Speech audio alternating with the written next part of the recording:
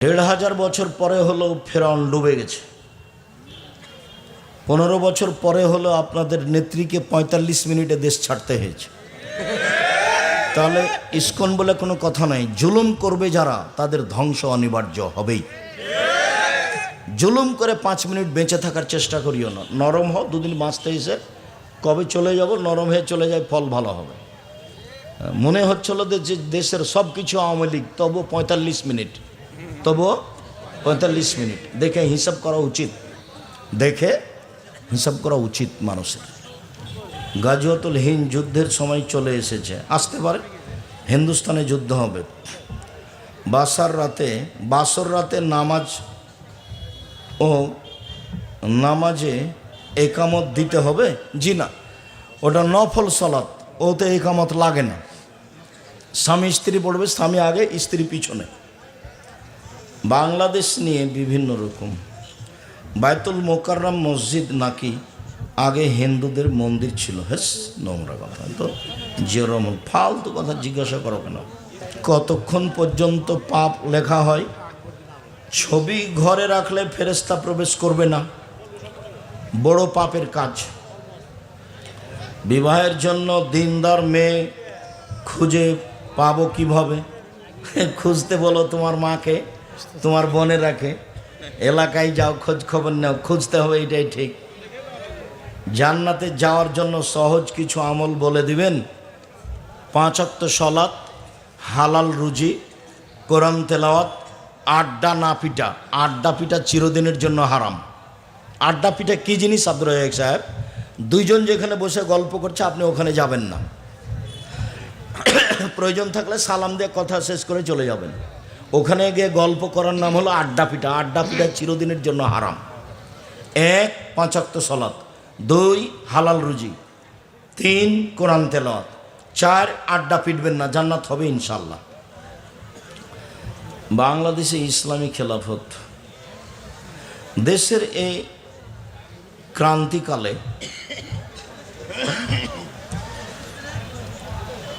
সব আলেম ওলামা ঐক্যবদ্ধ হয়ে, তাহলে যারা বৈঠক করছে তারা মাঝে মধ্যে বৈঠক করছে, আব্দুল্লাহ নিয়মিত সে বৈঠকে উপস্থিত হয়।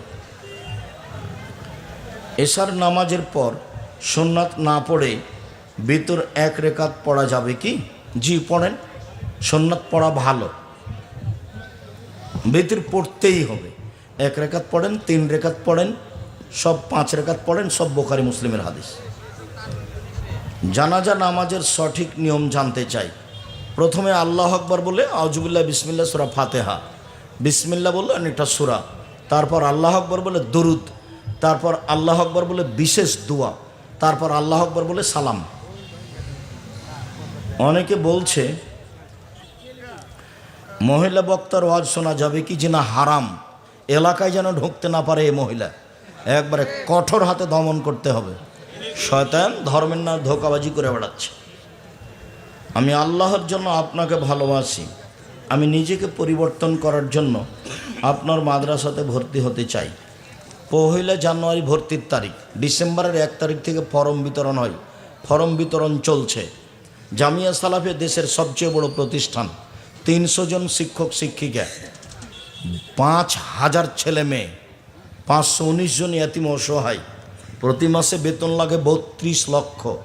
রাজশাহীর প্রতিষ্ঠান ৪০ বিঘা জমির ওপরে, রূপগঞ্জ নারায়ণগঞ্জ ঢাকা প্রায় ১০০ বিঘা জমির ওপরে, দিনাজপুর প্রায় ২০ বিঘা জমির ওপরে। দেশের আয়তনে সবচেয়ে বড় প্রতিষ্ঠান জামিয়া সালাফিয়া। শিক্ষক গুণে, শিক্ষক মানে সবচেয়ে ভালো মানের শিক্ষক জামিয়া সালাফিয়ায়। যারা আছেন দেশের বড় বড় শিক্ষক, ইন্ডিয়ান বড় বড় শিক্ষক এবং মদিনা বিশ্ববিদ্যালয় থেকে নিয়মিত শিক্ষকতা করতে আসেন টিচার। জানুয়ারি থেকে থাকবেন একজন লম্বা টাইম ধরে, আর কয়েকদিন আগে ৪ জন চলে গেলেন। ডিসেম্বরে ফরম বিতরণ, ১ জানুয়ারি ভর্তির তারিখ। ছেলে মেয়ে সব একটাই তারিখ। ঢাকা, রাজশাহী, দিনাজপুর, বরিশাল একই সময়। পৃথিবীতে ১৮,০০০ মাখলুকাত আছে। হাদিসটি কি ঠিক? না, অনেক আছে। মৃত ব্যক্তিকে কয়বার জীবিত করা হবে? হ্যাঁ, একবার। আর নবীর কাছে দানের কথাটা পৌঁছে দিতে হবে, এগুলো কথা ধর্মের নয়। নবী কি করবেন, তো মারা গেছে। তুমি দান করেছো, আল্লাহ তোমার দান কি করুক, কবুল করুক। আল্লাহুম্মা সাল্লি আলাইহি আল্লাহুম্মা বারিক আলাইহি। মদিনায় দানের খবরটা পাঁচদের, মদিনাতে কেউ নাই। মুহাম্মদ সাল্লাল্লাহু আলাইহি ওয়াসাল্লাম এই কথা শুনতে পাও, উনি মানুষ, উনি মারা গেছেন, চলে গেছেন, কেসটা শেষ। মুহাম্মদ সাল্লাল্লাহু আলাইহি ওয়াসাল্লাম মারা গেছেন, কেসটা শেষ। আমার সালামের উত্তর দেন আত্মার জগতে। নবীকে সৃষ্টি না করলে কোনো কিছু সৃষ্টি করতে না, একবারে নগদ মিথ্যা কথা। আয়াতুল কুরসি পাঠকারী মারা যাবার সাথে সাথে জান্নাতে যাবে, হাদিস সহিহ। 2022 ফুলকোট শাহজাহানপুর মাহফিলে প্রশ্নটি করেছিলাম, কিন্তু আমি কোনো উত্তর পাইনি। কি? সূরা বাকারার শেষ 2 আয়াত রাতে শোবার সময় পাঠ করা ব্যতীত অন্য কোনো নিয়তের জন্য আমল করা হাদিসে আছে? শয়তান থেকে নিরাপদে থাকবা। অন্য কি আমল? অন্য কোনো আমল এভাবে চলবে না। 2 রাকাত সালাত আদায় করে আল্লাহকে বলতে হবে, হাত তুলে যে আমি এটা চাচ্ছি, এটাই হলো পদ্ধতি। কোনো পীরের কথা চলবে না, কোনো দোয়াও খাস নাই যে এই আমল করলে এ হবে, কোনো আমল করলে কিছুই হবে না, ফালতু কথা। কি আমল? রাতে উঠে সুন্দর করে ওযু করে 2 রাকাত সালাত আদায় করে বলতে হবে, ওকে যা প্রয়োজন বলো। ভালো বউ চাচ্ছ সেটাই বলো, ভালো রেজাল্ট চাচ্ছ সেটাই বলো, বগুড়া শহরে জমি চাচ্ছ সেটাই বলো, একটা ভ্যান কিনতে চাচ্ছ সেটাই বলো। রাতে উঠে সুন্দর করে ওযু করে 2 রাকাত সালাত আদায় করে হাত তুলে ওকে বলতে হবে যে এইটা চাচ্ছি, এটাই পদ্ধতি, আর কোনো পদ্ধতি নেই। এত কেন কমা এগুলো? আমি ঋণ করে ব্যবসা করি, ভুল হয়েছে। ব্যবসা আমি আপনাকে ঋণ করে করতে বলিনি। ঋণ করলে আপনার জানাজাই হবে না। যারা ব্যাংকের থেকে ঋণ নিয়ে বাড়ি করেছে, ব্যাংকের চাকরি করে, এই সুবাদে টাকা উঠে ঋণ করেছে, বাড়ি করেছে, ওর বউ ছেলে মেয়ে খুশিতে আছে, আর জানাজাই হবে না। ঋণ আছে যার, জানাজা নেই তার, জাহান্নাম জান্নাত পরে। খবরদার নয়। চকলেট বিক্রি করে ব্যবসা করবেন, ঋণ নেওয়া লাগবে না। তারপরে কলা, তারপরে কাপড়, তারপরে কোটি কোটি টাকা। বড় ব্যবসা করতে 25 থেকে 30 বছর সময় লাগবে। একদিনই কলিকাতায় হিরোইন কিনে ঢাকায় বিক্রি করে ধনী হতে চায় না। আমার স্ত্রীর ব্যবহার খারাপ, কথা খারাপ, আমার করণীয় কি? ধৈর্যের পরিচয় দাও, উপদেশ দাও। আব্দুর রাজ্জাক সাহেবের বক্তব্য শোনা, দেখা যাক কি হয়। শেষ পর্যন্ত যদি না হয় তাহলে এই হস্তিনী বউ রাখা হবে না, তালাক দিতে হবে, আল্লাহর বিধান। আমার স্ত্রী নামাজ পড়ে না, ইন্না লিল্লাহি ওয়া ইন্না ইলাইহি। খুব চেষ্টা করে, চাপ দেন স্ত্রীকে নামাজ পড়তেই হবে, নইলে ফলাফল ওঠে, তালাকে যেতে হবে। নামাজ না পড়ে সংসার চলে না। আমি ব্যবসা করি, দামি মালের পরিবর্তে কম দামি মাল দিয়েছি, এখন আমার করণীয় কি? লোককে খুঁজে টাকা ফেরত দাও, নইলে ওই পরিমাণ টাকা দান করে দাও তার নামে। প্রতারণায় ব্যবসা করো না। এখন তার সময় নেই, আমি আর ওটা পছন্দ করছি না বেশি কথা বলা। উপার্জনের পথ 4টে। একটা হলো জমি চাষ, যেটা আল্লাহ নবী পছন্দ করেননি। একটা হলো দিন মজুরি করে খাওয়া, যেটা আল্লাহ রসুল পছন্দ করেছেন, তবে টাকা সন্ধ্যায় শেষ হবে। আর একটা হলো চাকরি, এটাও দিন মজুরি, টাকা শেষ হয় 25 তারিখে, 5 তারিখ ধার কর্য করে চলে। তারপরে আর একটা পয়সা উপার্জনের পথ হলো ব্যবসা। তখন আল্লাহ নবী বললেন যে সত্যবাদী ব্যবসায়ীরা নবীদের সাথে জান্নাতে থাকবে। তাহলে এটা উপার্জনের সবচেয়ে ভালো পথ। আবার বললেন যে যদি ব্যবসাতে একটু কথাবার্তা মিথ্যা কসম টসম হয়ে যায়, তাহলে দান করে দাও, সেটা মিটে যাবে। তার মানে উপার্জনের এটা হলো সবচেয়ে ভালো পথ। বিদেশ যাওয়ার আগে সকল আত্মীয় স্বজনকে দাওয়াত করে খাওয়ানো যাবে কি? জি না, বিদেশ থেকে এসে খাওয়ানো যাবে। নবজাতকের মিষ্টি বিতরণ করা যাবে কি? জি না। নবজাতকের মুখ দেখে কি টাকা দেওয়া যাবে? জি না। এগুলো সব সংস্কার, নোংরা নীতি, কুসংস্কার। এগুলো এসব হিন্দুদের কাছ থেকে আসছে। মৃত্যুর আগে ও পরে মজলিসের আয়োজন করা যাবে কি? কাবিরা গুনাহ, হারাম। মরা মানুষের নামে মজলিস করা হারাম। যদি আপনাকে খাওয়ার দেয় দাওয়াত, তাহলে আপনি ওটা কুকুরকে ড্রেনে ফেলে দিবেন। ওটা শিরক। 40 দিনে যদি করে থাকে, 4 দিনে যদি করে থাকে। মানুষ মারা গেলে 2টা পথ, এক মুখে দোয়া, আল্লাহ আমার বাপকে মাফ করো। 2 হলো দান, এই যে হিফজখানা নিচে দান করেন, নাহলে ফকিরকে দেন। দানের সবচেয়ে ভালো পথ হলো পানির ব্যবস্থা করা, নলকূপ বসিয়ে দেওয়া মায়ের নামে বাপের নামে অসহায় পরিবারে। দ্বিতীয় ভালো পথ হলো কাপড়ের ব্যবস্থা করা, গ্রামে যারা অসহায় মহিলা পুরুষ আছে তাদের কাপড়ের ব্যবস্থা করে দেন। খাওয়ানো নয়, যেটা খাওয়ালেন সেটা হলো সাদাকা।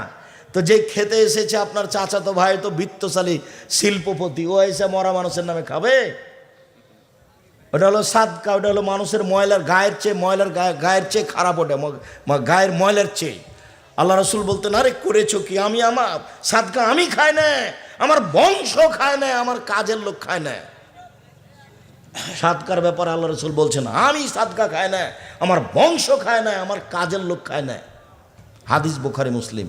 সেখানে তোমার বাপের নামে 4 দিনের দিন গরু জমা করেছ, তোমার চাচা ঢাকা থেকে গাড়ি নিয়ে এসে খেতে ভিত্তশালী শিল্প, ধর্ম পাগল হয়ে গেছে। বগুড়াতে এসে ধর্ম পাগলা হয়ে গেছে। মৃত্যুর আগে ও পরে মজলিসের আয়োজন হারাম। সূরা আল ইমরানের প্রতিদিন কতটুকু তেলাওয়াত? সূরা আল ইমরানের রাতে উঠে যারা তাহাজ্জুদ পড়ে, রাতে উঠে ওই শেষ রুকুর প্রথম 5 আয়াত পড়বে বা শেষ রুকু পড়বে, তাছাড়া নয়। ফকির মিসকিনের জন্য রান্না করার খাবার কি বাড়ির সদস্যরা খেতে পারবে? জি না। সূরা সাজদা ও সূরা মুলক মাঝে মধ্যে ঘুমানোর আগে না পড়ে আসর বা মাগরিব সালাতের পরে পড়া যাবে কি? না, ওটা নিয়ম নয়, রাতেই পড়তে হবে। সূরা মুলক রাতে পড়লে কবরের শাস্তি হবে না। নিজের গ্রামে মহিলাদের জুমার সালাতের ব্যবস্থা না থাকলে অন্য গ্রামে গিয়ে সালাত পড়তে পারে? জি পারে। নাতিকে ভাই বলা যাবে? জি যাবে। ছেলে মেয়ের সন্তানকে নাতিকে ভাই বলা যাবে কি? যাবে। তবে ওভাবে মজাক করা যাবে না, তুই বিবাহ বুঝবি রে, তুই বিবাহ বুঝবি, নাতনিকে বলছে, এগুলো বলা যাবে না।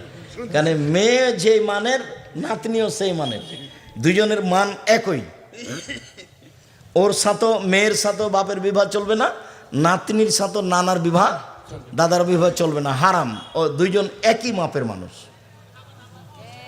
এখন এই দেশের প্রথা হয়ে গেছে, তাই মজাক করে। বলে দেখো তো পাত্রী পছন্দ হয় কিনা, বলছে নানাকে, বলছে দেখো তো পাত্রী পছন্দ হয়। সব মেয়েরা বলছে, ভাতিজিরা বলছে। জালসার খরচ বহনের জন্য মাইকের সাহায্যে রাস্তাঘাটে টাকা আদায় করা যাবে না, ওইসব ছোট কাজ।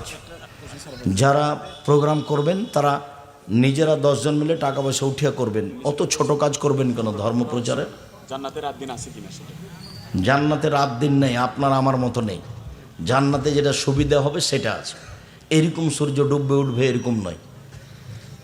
শুকরিয়া, জাযাকুমুল্লাহ খায়র। আল্লাহ আমাদের যারা মারা গেছে তুমি তাদের কবরের শাস্তি মাফ করো। আমরা যারা অসুস্থ তুমি তাদের আরোগ্য দান করো। আমরা যারা বেঁচে আছি তুমি তাদেরকে তোমার রাসূলের পদ্ধতি অনুযায়ী চলার তৌফিক দান করো। দেশে তুমি নিরাপত্তা দাও। তুমি সর্বশক্তিমান, তুমি আমাদের আহাল পরিবারকে নিয়ে ভালোভাবে থাকা খাওয়ার তৌফিক দান করো। তোমার দরবারে এই জোরালো দাবি দাওয়া দোয়া রেখে সকলের কল্যাণ কামনা করে আজকের আলোচনা এখানে শেষ করলাম। সুবহানাকা আল্লাহুম্মা ওয়া বিহামদিকা আশহাদু আল্লা ইলাহা ইল্লা আনতা আস্তাগফিরুকা ওয়া আতুবু ইলাইক। আসসালামু আলাইকুম ওয়া রাহমাতুল্লাহ।